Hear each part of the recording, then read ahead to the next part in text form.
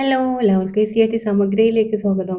ഇന്നത്തെ topic new SCERTയിലെ 9ാം ക്ലാസ്സിലെ ബയോളജിയിലെ 4ാമത്തെ ചാപ്റ്ററായ ചലനത്തിന് പിന്നിൽ എന്ന ചാപ്റ്ററാണ് നമ്മൾ പഠിക്കുന്നത്. ഈ ചാപ്റ്ററിൽ മെയിൻ ആയിട്ടുള്ള പോയിന്റ്സ് ചലന വൈവിധ്യം, പേശികൾ, അസ്ഥിവ്യവസ്ഥ, വിവിധ ചട്ടക്കൂടുകൾ, പേശികളും വ്യായാമവും, അസ്ഥി, പേശി തകരാറുകൾ, അസ്ഥികളും പരിണാമവും, സസ്യചലനങ്ങൾ. ഓക്കെ, ജസ്റ്റ് നമുക്ക് നോക്കാം. എന്താണ് ചലന വൈവിധ്യം നോക്കാം. എല്ലാ ജീവജാലങ്ങളും ഏതെങ്കിലും തരത്തിലുള്ള ചലനം കാണിക്കുന്നു.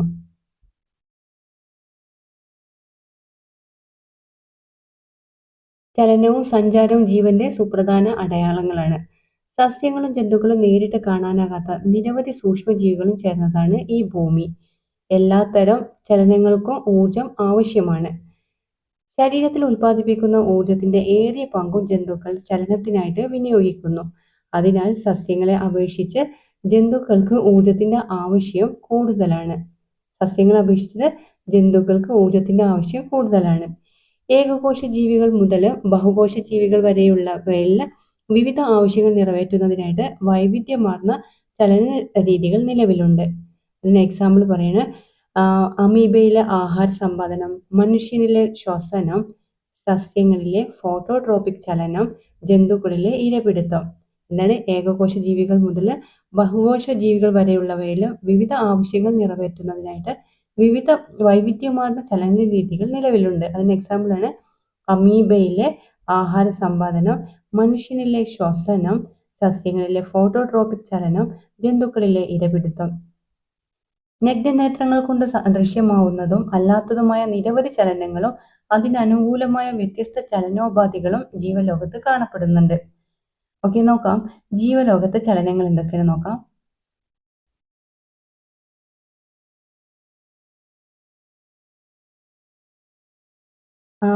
ഫസ്റ്റ് പറയുന്നത് സൂക്ഷ്മജീവികള് ബാക്ടീരിയയിലെ ഫ്ലജെല്ലം, അമീബയിലെ കപടപാദം, പാരമീസിയത്തിലെ സീലിയ എന്നിവ ഉപയോഗിച്ചുള്ള ചലനങ്ങൾ സൂക്ഷ്മജീവികളിലെ വൈവിധ്യമാർന്ന ചലനങ്ങൾക്ക് ഉദാഹരണങ്ങളാണ്. ഏതൊക്കെയാണ്? ബാക്ടീരിയയിലെ ഫ്ലജെല്ലം, അമീബയിലെ കപടപാത. അപ്പോൾ ഇതിലുള്ള ബാക്ടീരിയയുടെ സഞ്ചാരപാത ഏതാണെന്ന് വെച്ചാൽ ഫ്ലജെല്ലം ആണ്. അമീബക്കാണെങ്കിൽ കപടപാദം, പാരമീസിയയിലെ സീലിയ എന്നിവ ഉപയോഗിച്ചുള്ള ചലനങ്ങൾ സൂക്ഷ്മജീവികളിലെ വൈവിധ്യമാർന്ന ചലനങ്ങൾക്ക് ഉദാഹരണങ്ങളാണ്. ഓക്കെ, നെക്സ്റ്റ് ആണ് ജന്തുക്കളിലെ ചലനം എന്നത് ശരീരഭാഗത്തിനോ ചുറ്റുപാടിനോ അപേക്ഷിച്ച് ശരീരത്തിനുണ്ടാകുന്ന സ്ഥാനമാറ്റമാണ് ചലനം. പുംബീജങ്ങളുടെ ചലനം, പെരിസ്റ്റാൾസിസ്, ഹൃദയമിടിപ്പ്, രക്തപര്യനം, നടത്തം, ചാട്ടം, ഓട്ടം എന്നിവ ഇതിന് ഉദാഹരണങ്ങളാണ്. നെക്സ്റ്റ് ആണ് സസ്യങ്ങള്. സഞ്ചരിക്കുന്നില്ലെങ്കിലും സസ്യങ്ങളിലെ വളർച്ചയുടെ ഭാഗമായോ അല്ലാതെയും വിവിധ തരത്തിലുള്ള ചലനങ്ങളുണ്ട്. വിത്തുമുളക്കൽ, ഉദ്ദീപനങ്ങൾക്കനുസരിച്ച് സസ്യഭാഗങ്ങൾക്കുണ്ടാകുന്ന മാറ്റം എന്നിവ സസ്യചലനങ്ങൾക്ക് ഉദാഹരണങ്ങളാണ്. എന്തൊക്കെയാണ്? വിത്തുമുളക്കല്, ഉദ്ദീപനങ്ങൾക്കനുസരിച്ചുണ്ടാകുന്ന സസ്യഭാഗങ്ങൾക്കുണ്ടാകുന്ന മാറ്റം എന്നിവ സസ്യചലനങ്ങൾക്ക് ഉദാഹരണങ്ങളാണ്. ഓക്കെ, അപ്പൊ സൂക്ഷ്മജീവികളുടെ ഉദാഹരണങ്ങൾക്ക് എക്സാമ്പിൾ ഏതൊക്കെയാണ്? ബാക്ടീരിയയിലെ ഫ്ലജെല്ലം, അമീബയിലെ കപടപാദം, പാരമീസിയത്തിലെ സീലിയ. ഇതൊക്കെയാണ് സൂക്ഷ്മജീവികളിലെ ചലനങ്ങൾക്ക് ഉദാഹരണങ്ങൾ. ഓക്കെ, ഇനി ജന്തുക്കളുടെ ചലനത്തിന് ഉദാഹരണങ്ങൾ എന്തൊക്കെയായിരുന്നു? പുംബീജങ്ങളുടെ ചലനം, പെരിസ്റ്റാൾസിസ്, ഹൃദയമിടിപ്പ്, രക്തപര്യനം, നടത്തം, ഓട്ടം, ചാട്ടം. ഇതൊക്കെ ജന്തുക്കളുടെ ചലനത്തിന് ഉദാഹരണങ്ങളാണ്. സസ്യങ്ങളുടെ ചലനത്തിന് ഉദാഹരണങ്ങൾ എന്തൊക്കെയായിരുന്നു? വിത്തുമുളക്കല്, ഉദ്ദീപനങ്ങൾക്കനുസരിച്ചുണ്ടാകുന്ന സസ്യഭാഗങ്ങൾക്കുണ്ടാകുന്ന മാറ്റം. ഇവയൊക്കെയാണ് സസ്യചലനങ്ങൾക്ക് ഉദാഹരണം. ഓക്കെ, ഇനി പൊതുവായ ചലനങ്ങൾ നോക്കാം. അതിന് എക്സാമ്പിളാണ് ഓസ്മോസിസ്, ഡിഫ്യൂഷൻ, ആക്റ്റീവ് ട്രാൻസ്പോർട്ട് എന്നീ പ്രക്രിയകൾ വഴി പദാർത്ഥ കണികളുടെ സഞ്ചാരം, വാതക സംവഹനം, പോഷക സംവഹനം, മാലിന്യങ്ങളുടെ പുറന്തള്ളൽ എന്നിവയും എല്ലാ ജീവികളിലും പൊതുവായി കാണുന്ന ചലനങ്ങളാണ്. എന്തൊക്കെയാണ്?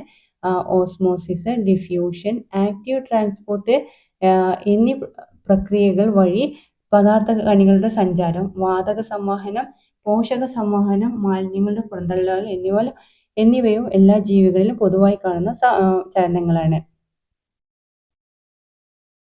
നമ്മൾ എന്താണ് പറഞ്ഞത്?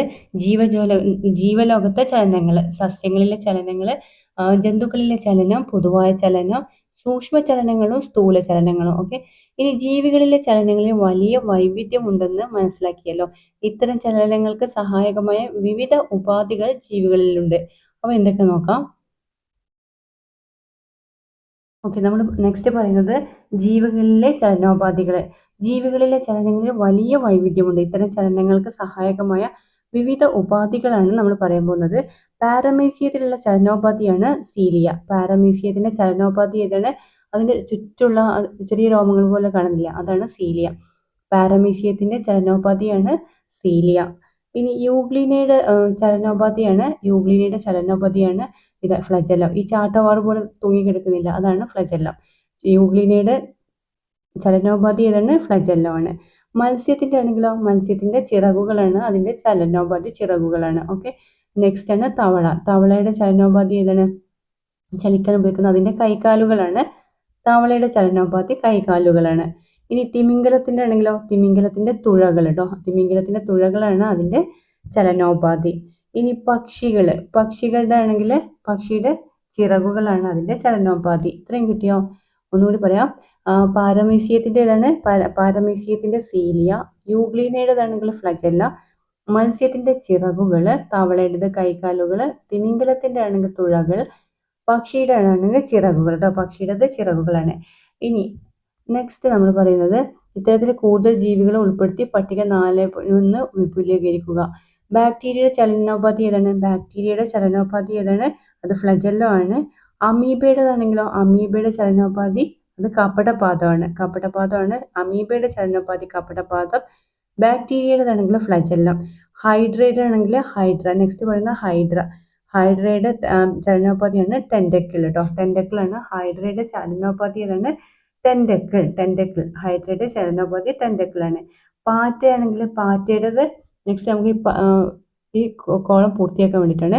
പാറ്റയുടെ ചലനോപാധിയാണ് കാലുകളും ചിറകുകളും കേട്ടോ, കാലുകളും ചിറകുകളാണ് പാറ്റയുടെ ചലനോപാധി. മണ്ണിരയുടേതാണെങ്കിൽ സീറ്റ്. മണ്ണിരയുടെ ചലനോപാധി ഏതാണ്? സീറ്റയാണ് മണ്ണിരയുടെ ചലനോപാധി. പല്ലിയാണെങ്കിലോ, പല്ലിയുടേത് കൈകാലുകൾ കേട്ടോ, പല്ലിയുടേത് കൈകാലുകൾ. സിമ്പിളാണ്, ജസ്റ്റ് വായിച്ചാൽ മതി. ഓക്കെ, അപ്പോൾ നമ്മൾ എന്തൊക്കെ പറഞ്ഞത്? പൊതുവായ ചലനങ്ങൾ എന്തൊക്കെയായിരുന്നു? പൊതുവായ ചലനങ്ങൾ ഓസ്മോസിസ്, ഡിഫ്യൂഷൻ, ആക്റ്റീവ് ട്രാൻസ്പോർട്ട് എന്നീ പ്രക്രിയകൾ വഴി പദാർത്ഥ കണികകളുടെ സഞ്ചാരം, വാതക സംവഹനം, പോഷക സംവഹനം, മാലിന്യങ്ങളുടെ പുറന്തള്ളൽ എന്നിവയും എല്ലാ ജീവികളിലും പൊതുവായി കാണുന്ന ചലനങ്ങൾ കേട്ടോ. അതൊക്കെ പൊതുവായിട്ട് കാണുന്ന ചലനങ്ങളാണ്. സൂക്ഷ്മ ചലനങ്ങളാണല്ലോ, സൂക്ഷ്മതലത്തിൽ നടക്കുന്ന വൈവിധ്യമാർന്ന ചലനം. ഇവ സാധാരണയായിട്ട് കോശങ്ങളുടെ തലത്തിലോ തന്മാത്രകളുടെ തലത്തിലോ നടക്കുന്നു. അതിന് എക്സാമ്പിളാണ് ഓസ്മോസിസ്, ഡിഫ്യൂഷൻ, ആക്റ്റീവ് ട്രാൻസ്പോർട്ട്. സ്ഥൂല ചലനമാണ് ശരീരത്തിന്റെ വിവിധ ഭാഗങ്ങളുടെ സംയോജിത പ്രവർത്തനത്തിന്റെ ഫലമായി ഉണ്ടാകുന്ന ചലനങ്ങളാണ് സ്ഥൂല ചലനം. അതിന് എക്സാമ്പിളാണ് നടത്തം, ഓട്ടം, ചാട്ടം. സ്ഥൂല ചലനത്തിന് എക്സാമ്പിൾ ഏതൊക്കെയാണ്? നടത്തം, ഓട്ടം, ചാട്ടമാണ് സ്ഥൂല ചലനത്തിന് എക്സാമ്പിൾ കേട്ടോ, സ്ഥൂല ചലനത്തിന് എക്സാമ്പിൾ.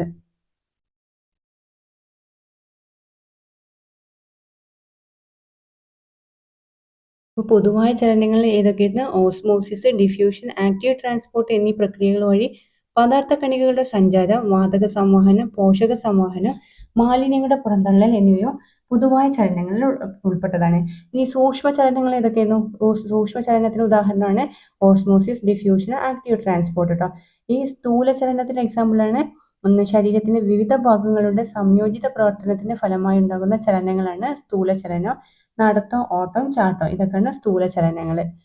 ഇനി ശരീരചലനങ്ങൾ ഏതൊക്കെ നോക്കാം. ശരീരചലനങ്ങൾ കോശദ്രവ്യ ചലനങ്ങൾ, സ്യൂഡോപോഡിയൽ ചലനം, ഫ്ലജല്ലാർ ചലനം, സീലിയറി ചലനം, പേശി ചലനം കേട്ടോ.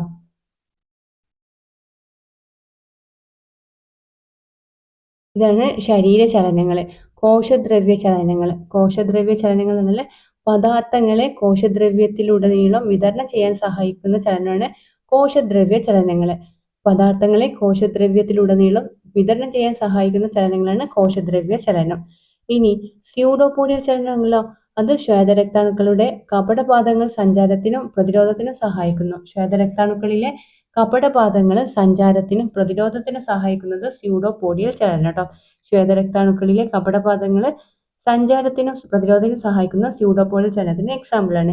ഇനി ഫ്ലജെല്ലാർ ചലനം നോക്കാം. ഫ്ലജെല്ലാർ ചലനം പുംബീജ കോശങ്ങളിലെ ഫ്ലജെല്ലത്തിന്റെ ചലനം അവയെ അണ്ഡത്തിനടുത്തെത്താൻ സഹായിക്കുന്നത് ഫ്ലജെല്ലാർ ചലനത്തിന് എക്സാമ്പിൾ ആണ്. ഏതാണ്?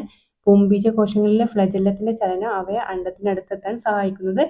ഫ്ലജല്ലർ ചലനത്തിന് എക്സാമ്പിളാണ് സീലിയറി ചലനം. അത് ഏതിന്റെ എക്സാമ്പിളാണ്? അണ്ഡവാഹിയിലെ സീലിയ അണ്ഡത്തിന്റെ ചലനത്തിന് സഹായിക്കുന്നു. അണ്ഡവാഹിയിലെ സീലിയ അണ്ഡത്തിന്റെ ചലനത്തിന് സഹായിക്കുന്നു. സീലിയറി ചലനം കേട്ടോ. അതിന് സീലിയറി ചലനത്തിന് എക്സാമ്പിളാണ്. പിന്നെ പേശി ചലനം. പേശികളുടെ സങ്കോചവും പൂർവ്വസ്ഥിതി പ്രാപിക്കലും വിവിധ ചലനങ്ങൾക്ക് സഹായിക്കുന്നു. പേശികളുടെ സങ്കോചവും പൂർവ്വസ്ഥിതി പ്രാപിക്കലും വിവിധ ചലനങ്ങൾക്ക് സഹായിക്കുന്ന പേശി ചലനം. ഓക്കെ, നെക്സ്റ്റ് നമ്മൾ നോക്കുന്ന മനുഷ്യരിലെ ചലനോപാധികളെ. മനുഷ്യരിലെ വൈവിധ്യമാർന്ന ചലനങ്ങൾക്കും സഞ്ചാരത്തിന് കാരണമാകുന്നത് പേശികളുടെ പ്രവർത്തനമാണ്. മനുഷ്യരിലെ വൈവിധ്യമാർന്ന ചലനങ്ങൾക്കും സഞ്ചാരത്തിന് കാരണമാകുന്നത് എന്താണ്? പേശികളുടെ പ്രവർത്തനമാണ്. മനുഷ്യരിലെ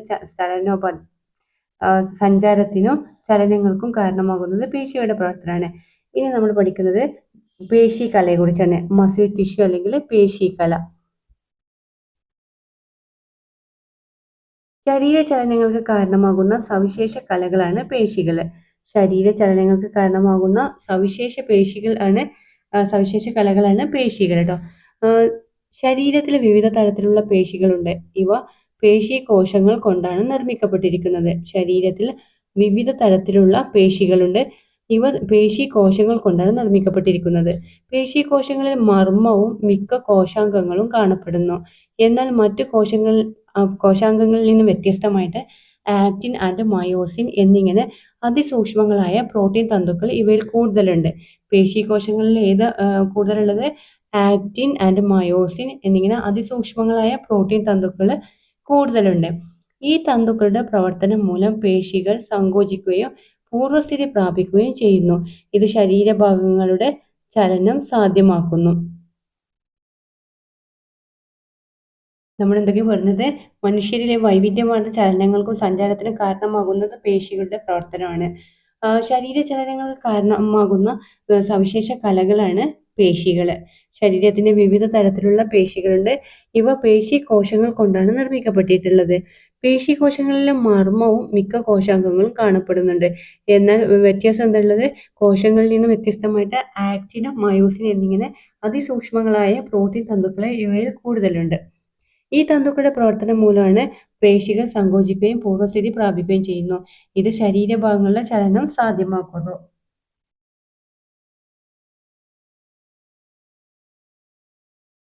പേശികലയുടെ അടിസ്ഥാന ഘടകം ഏതാണ്? പേശികലയുടെ അടിസ്ഥാന ഘടകമാണ് പേശികോശം കേട്ടോ. പേശികോശയുടെ അടിസ്ഥാന ഘടകം ഏതാണ്? അത് പേശികോശമാണ്.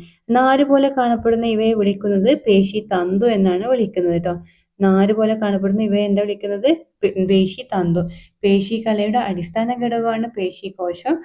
പേശികോശത്തെ നാര് പോലെ കാണുന്ന ഇവയെ വിളിക്കുന്നത് എന്താണ്? പേശി തന്തു എന്നാണ് വിളിക്കുന്നത്. പേശികളിൽ പേശി തന്തുക്കൾ കൂട്ടമായാണ് കാണപ്പെടുന്നത്. പേശികളിലെ പേശി തന്തുക്കളില്ലേ, അത് കൂട്ടമായിട്ടാണ് കാണപ്പെടുന്നത്. പേശി തന്തുക്കളുടെ ഇത്തരം കൂട്ടങ്ങളെ വിളിക്കുന്നത് ഫാസിക്കിളുകൾ എന്നാണ്. എന്താണ്? പേശി തന്തുക്കളുടെ ഇത്തരം കൂട്ടങ്ങളെ വിളിക്കുന്നത് ഫാസിക്കിളുകൾ എന്നാണ്. പേശി തന്തുക്കളുടെ ഇത്തരം കൂട്ടങ്ങളെ വിളിക്കുന്നത് ഫാസിക്കിളുകൾ എന്നാണ്. ഓരോ പേശികോശവും മയോഫൈബ്രിൽ എന്നറിയപ്പെടുന്ന നേരിയ ഫിലമെന്റുകൾ കൂടിച്ചേർന്നതാണ്. ഓരോ പേശികോശവും മയോഫൈബ്രിൽ എന്നറിയപ്പെടുന്ന നേരിയ ഫിലമെന്റുകൾ കൂടിച്ചേർന്നതാട്ടോ. ഓരോ മയോഫൈബ്രിലും രണ്ട്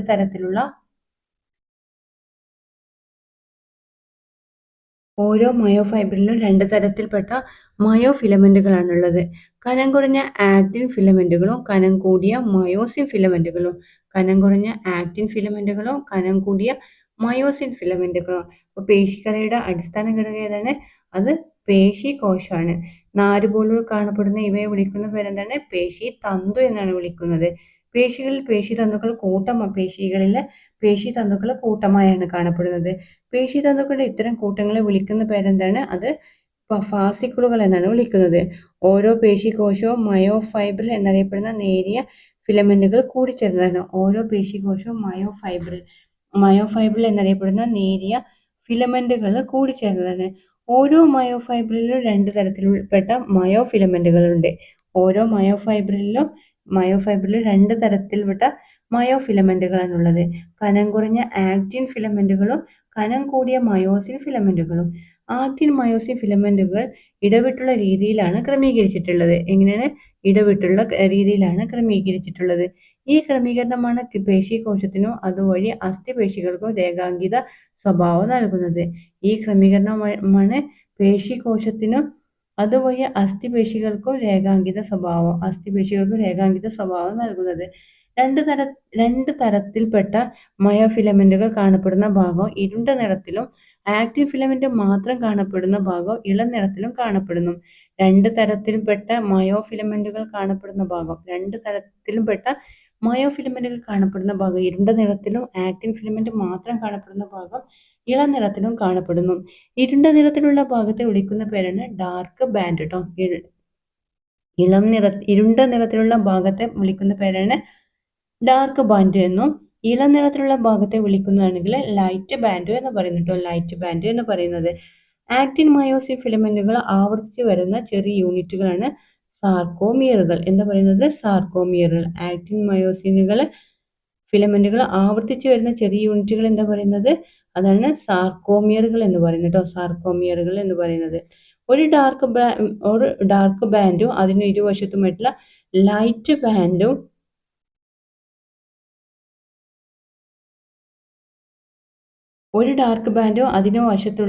അതിന് ഇരുവശത്തുമുള്ള ലൈറ്റ് ബാൻഡിന്റെ പകുതി ഭാഗങ്ങൾ ചേരുന്ന ഭാഗമാണ് സാർക്കോമിയർ. മനസ്സിലായോ? ഒരു ഡാർക്ക് ബാൻഡും അതിന് ഇരുവശത്തുമുള്ള ലൈറ്റ് ബാൻഡിന്റെ പകുതി ഭാഗങ്ങൾ ചേരുന്ന ഭാഗമാണ് സാർക്കോമിയർ. ഒരു പേശീകോശത്തിന്റെ ധർമ്മപരമായ അടിസ്ഥാന ഘടകമായിട്ട് അറിയപ്പെടുന്നത് സാർക്കോമിയർ ആണ്.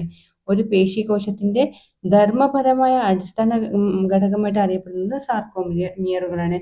ആക്റ്റിൻ മയോസിൻ തന്തുക്കൾ തമ്മിൽ ബന്ധിതമാകാനുള്ള സാഹചര്യം ഒരുക്കുന്നത് കാൽസ്യം അയോണുകളാണ്. ആക്റ്റിൻ മയോസിൻ തന്തുക്കൾ തമ്മിൽ ബന്ധിതമാകാനുള്ള സാഹചര്യം ഒരുക്കുന്നത് കാൽസ്യം അയോണുകളാണ് കേട്ടോ. കാൽസ്യം അയോണുകളാണ്. മയോസിൻ ശീർഷങ്ങളിൽ വെച്ചിട്ട് ATPയിൽ നിന്ന് ഊർജ്ജം സ്വതന്ത്രമാകുന്നു.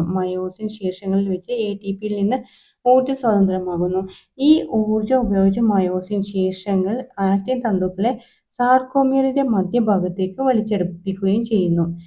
മയോസിൻ ശീർഷങ്ങളിൽ വെച്ചിട്ട് ATPയിൽ നിന്ന് ഊർജ്ജം സ്വതന്ത്രമാകുന്നു. ഈ ഊർജ്ജം ഉപയോഗിച്ചാണ് മയോസിൻ ശീർഷങ്ങൾ ആക്റ്റിൻ തന്തുക്കളെ സാർക്കോമിയറിന്റെ മധ്യഭാഗത്തേക്ക് വലിച്ചെടുപ്പിക്കുകയും ചെയ്യുന്നത്.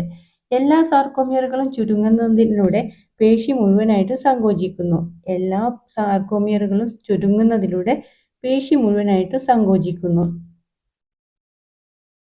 എന്താ പറഞ്ഞത്? ആക്റ്റിൻ മയോസിൻ തന്തുക്കൾ തമ്മിൽ ബന്ധിപ്പിക്കാൻ ഉള്ള സാഹചര്യം ഒരുക്കുന്നത് കാൽസ്യം അയോണുകളാണ്. മയോസിൻ ശീർഷങ്ങളിൽ വെച്ചിട്ട് ATPയിൽ നിന്ന് ഊർജ്ജം സ്വതന്ത്രമാകുന്നു. ഈ ഊർജ്ജം ഉപയോഗിച്ചാണ് മയോസിൻ ശീർഷങ്ങൾ ആക്റ്റിൻ തന്തുക്കളെ സാർക്കോമിയറിന്റെ മധ്യഭാഗത്തേക്ക് വലിച്ചടുപ്പിക്കുകയും ചെയ്യുന്നു. എല്ലാ സാർക്കോമിയറുകളും ചുരുങ്ങുന്നതിലൂടെ പേശി മുഴുവനായിട്ട് സങ്കോചിക്കുന്നു. ഓക്കെ, നെക്സ്റ്റ് നമ്മൾ പഠിക്കുന്നത് വിവിധ തരത്തിലുള്ള പേശികളാണ്. വിവിധ തരത്തിലുള്ള പേശികൾ നോക്കാം.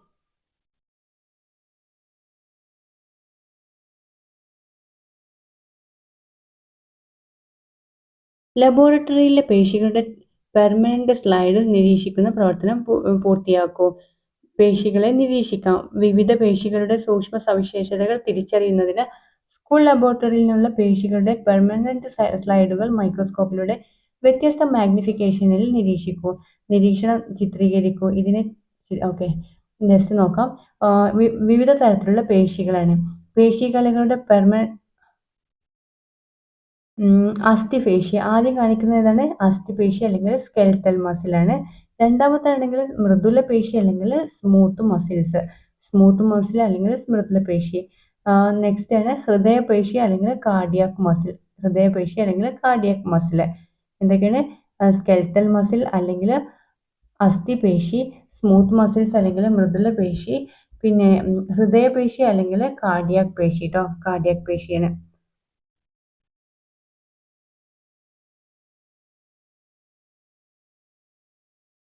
ഓക്കെ, നെക്സ്റ്റ് കോളാണ് വിവിധ തരം പേശികളും അവയുടെ സവിശേഷതകളും നോക്കാം.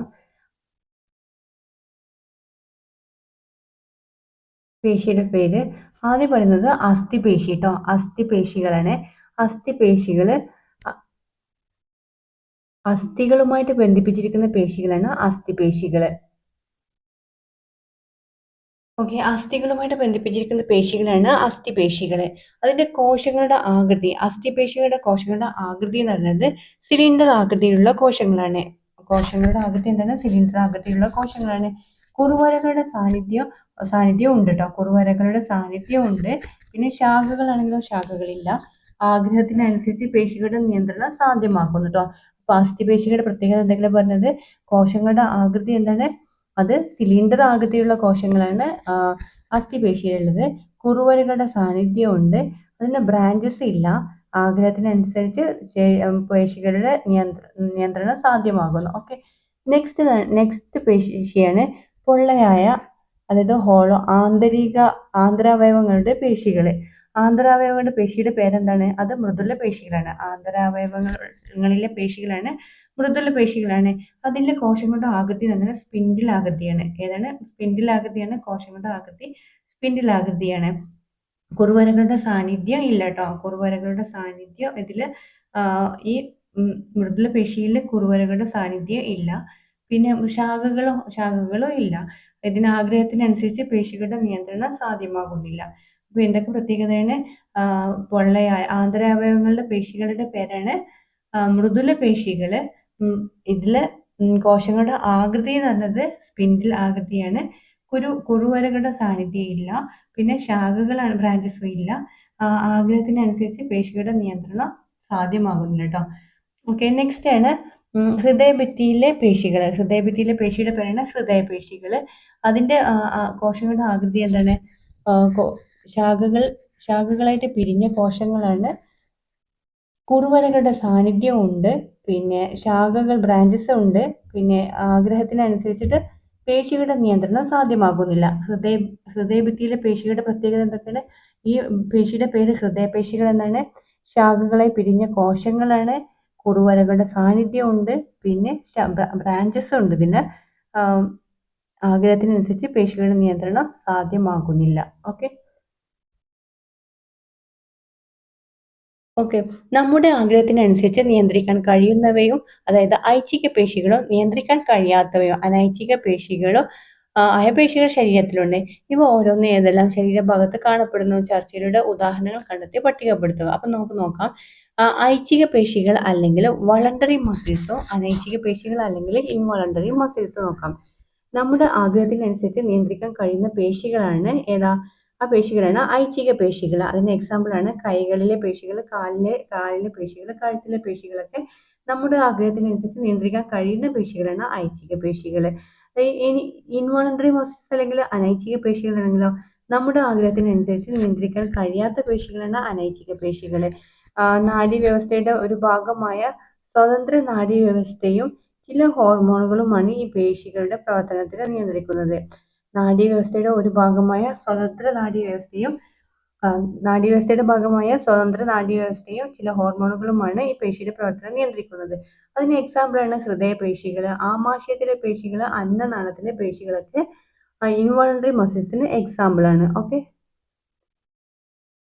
നെക്സ്റ്റ് നമ്മൾ പഠിക്കുന്നത് കൈകൾ മടക്കുകയും നിവർത്തുകയും ചെയ്യുന്നത് ഐച്ഛിക ചലനമാണെന്ന് നിങ്ങൾക്കറിയാമല്ലോ. എങ്ങനെയാണ് ഈ ചലനം നടക്കുന്നത്? ഈ പ്രവർത്തനത്തിന് മുഖ്യമായിട്ട് രണ്ട് പേശികളും പങ്കെടുക്കുന്നു. കൈകൾ മടക്കുകയും നിവർത്തുകയും ചെയ്യും. വിശകലനം ചെയ്തു പേശികളുടെ സങ്കോച വികാസങ്ങൾ മനസ്സിലാക്കി സൂചകങ്ങൾക്കനുസരിച്ച് ചർച്ച ചെയ്ത് കുറിപ്പ് തയ്യാറാക്കും.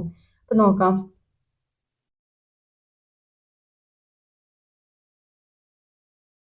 പേശികളെ അസ്ഥികളുമായിട്ട് ബന്ധിപ്പിച്ചിരിക്കുന്ന ഭാഗം എന്താ പറയാ?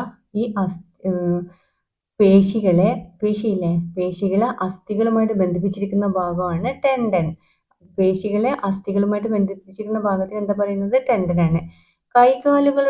കൈകളുടെ ചലനത്തിൽ ഉൾപ്പെടുന്ന പേശികളാണ് മടക്കൽ പേശി, നിവർത്തൽ പേശി. ഏതൊക്കെയാണ്? നമ്മുടെ കൈ മടക്കാനും നിവർത്താനും സഹായിക്കുന്ന പേശികളാണ് മടക്കൽ പേശിയും നിവർത്തൽ പേശി. മടക്കൽ പേശി അല്ലെങ്കിൽ ഫ്ലെക്സോർ മസിൽസ്, എക്സ്റ്റെൻസർ മസിൽസ് കേട്ടോ. എക്സ്റ്റെൻസർ മസിൽസ്, നിവർത്തൽ പേശികൾ.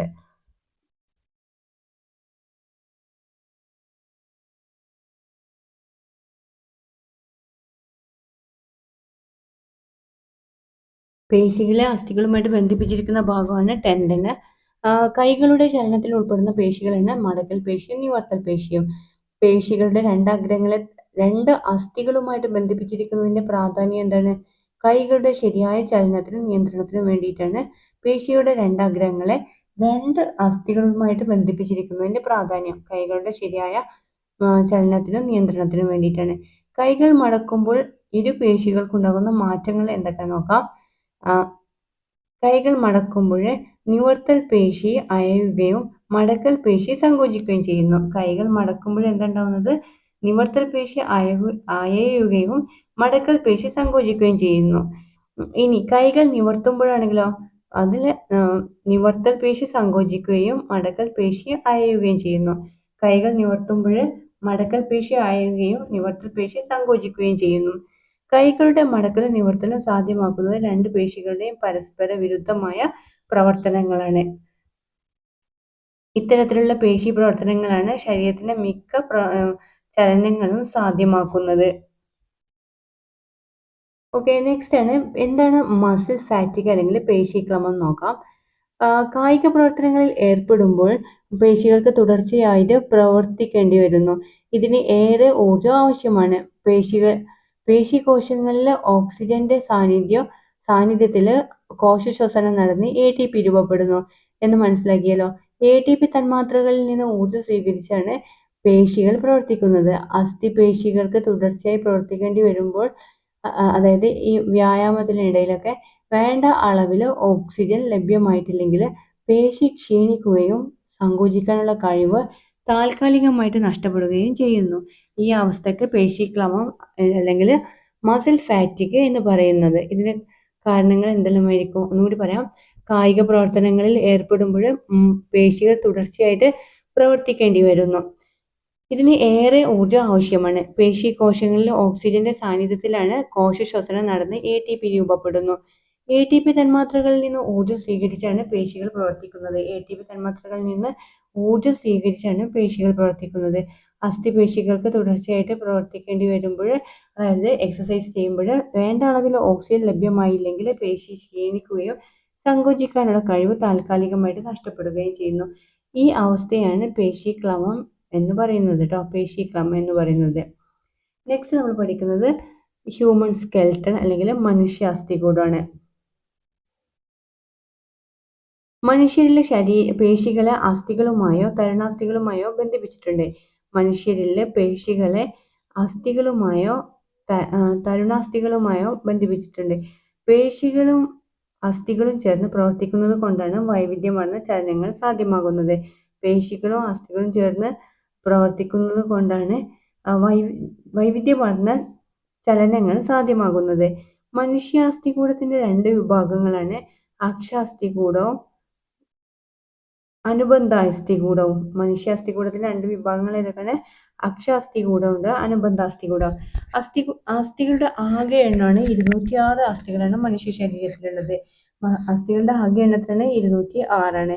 അക്ഷാസ്ഥികൂടത്തിലെ അസ്ഥികളാണെങ്കിൽ 80 കേട്ടോ. അക്ഷാസ്ഥികൂടത്തിലെ അസ്ഥികളുടെ എണ്ണം 80 ആണ്. അനുബന്ധാസ്ഥികൂടത്തിലെ അസ്ഥികളുടെ എണ്ണമാണ് 126. അനുബന്ധാസ്ഥികൂട അസ്ഥികളുടെ എണ്ണത്തിലാണ് 126. കുട്ടികളിലും മുതിർന്നവരിലും അസ്ഥികളുടെ എണ്ണം ഒരുപോലെയല്ല. കുട്ടികളിൽ ഏകദേശം 300 അസ്ഥികളുണ്ട്. മുതിർന്നവർക്കാണെങ്കിൽ 206 അസ്ഥികളുമാണ് കാണപ്പെടുന്നത്. വളരുമ്പോൾ കുട്ടികളിലെ അസ്ഥികളിൽ പലതും കൂടിച്ചേരുന്നതിലാണ് ഇങ്ങനെ സംഭവിക്കുന്നത്. ഓക്കെ, അപ്പോൾ കുട്ടികളുടെ ഏകദേശം 300 അസ്ഥികളിലും മുതിർന്നവരിലെ 206 എണ്ണവുമാണ് കാണപ്പെടുന്നത്. ഓക്കെ, നെക്സ്റ്റ് നമ്മൾ നോക്കുന്നത് അക്ഷാസ്ഥികൂടം അല്ലെങ്കിൽ ആക്സിയൽ സ്കെൽട്ടനോ അപ്പൻഡിക്കുലർ സ്കെൽട്ടൺ അല്ലെങ്കിൽ അനുബന്ധാസ്ഥികൂടം. ശരീരത്തിന്റെ കേന്ദ്ര അക്ഷത്തിൽ, അതായത് സെൻട്രൽ ആക്സിസ് കാണപ്പെടുന്ന അസ്ഥികളെ ഉൾക്കൊള്ളുന്നതാണ് അക്ഷാസ്ഥികൂടം. അതിൽ ഏതൊക്കെയുണ്ട്? തലയോട്, മാറല്, വാരിയെല്ല്, നട്ടെല്ല്. തലയോട്, വാരിയെല്ല്,